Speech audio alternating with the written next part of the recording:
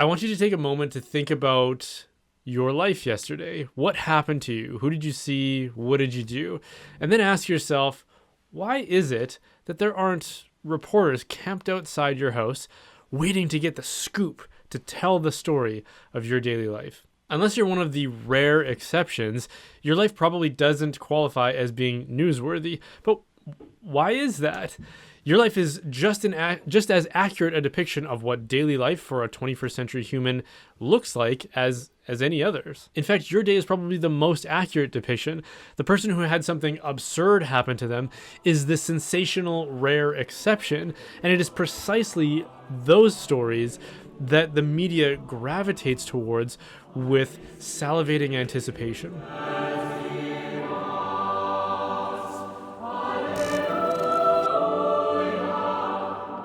And this is because the purpose of the media, especially news media, is to sell advertising. So they have to make their product as provocative as possible, which means they have to find the most absurd, sensational stories that they can find. And if they can't find any, they will compensate by insinuating that the stories they have are sensational with ridiculous headlines. But when you actually read them, you realize they aren't nearly as salacious as was implied by the headline. So other than the fact that it's a dishonest portrait of daily life, what's the problem with a little sensation?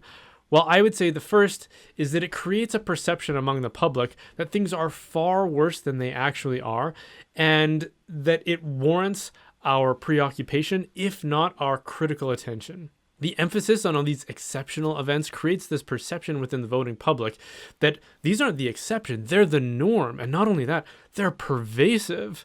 Like, imagine if you had to read through tens of thousands or even hundreds of thousands of stories about police officers just going about their day, doing their duty, pulling people over for traffic fines, speaking politely to a minority person, or directing traffic, or just any of the other mundane things they do every day. If you had to read through all of that, you would probably give up long before ever coming across an instance that potentially depicts an abuse of power.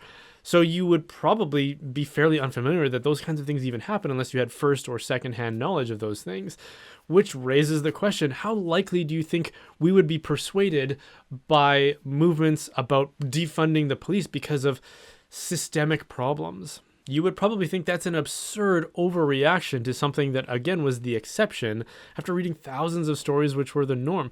Yet these are the topics, these exceptional, sensational topics and instances that dominate our conversation as if this is a systemic thing, even in countries like mine, in which these incidents don't even originate in. This is the phenomenon of narrative, which has an incredibly insidious ability to divide and polarize society, which I hope we can still agree is a bad thing.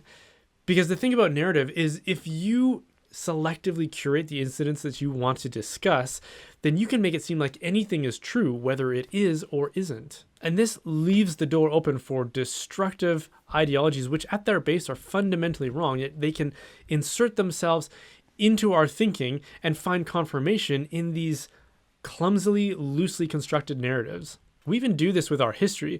I was raised and educated to think that prior to the French Revolution, society was ignorant, superstitious, oppressive, and brutal. Every historical event that we learned about in school that goes back that far was something like the Spanish Inquisition or the Crusades.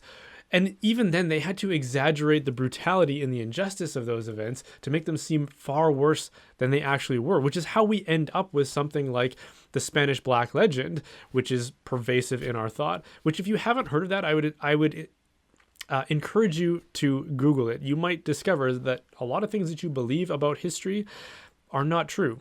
This is also how movies like Braveheart, which I as a guilty pleasure will confess is a movie I've always quite enjoyed. But it's how movies like that can be passed off as an accurate depiction of the Middle Ages, when in fact the details that it depicts are hilariously inaccurate. As an example that you might object to if this is how things turned out, but imagine generations that succeed after us, if there are any. They could selectively look at the 20th century and just the incidents that are sensational, like World Wars I and II, the Holocaust, communism dominating the USSR and all its satellite states, economic depression, the Great Depression. They could look at all these things and say, wow, life back then really sucked. You could selectively discuss only those things. And yet I, as someone who lived for quite a long time in the 20th century, have virtually no firsthand experience of those things. This is one of the many, many reasons why I don't give mainstream media or journalists or traditional news much credibility. I simply don't buy into the narratives that they're weaving, because their intentions, their purposes and ends are very far removed from your purpose for tuning in. Your purpose might be to just try to get informed about things that matter. Their purpose is to sell advertising. What do you think the likelihood is that those two purposes will somehow accidentally overlap? Think about what advertising is. Advertising is an attempt to persuade you to do things that you otherwise wouldn't do. In other words, to manipulate you.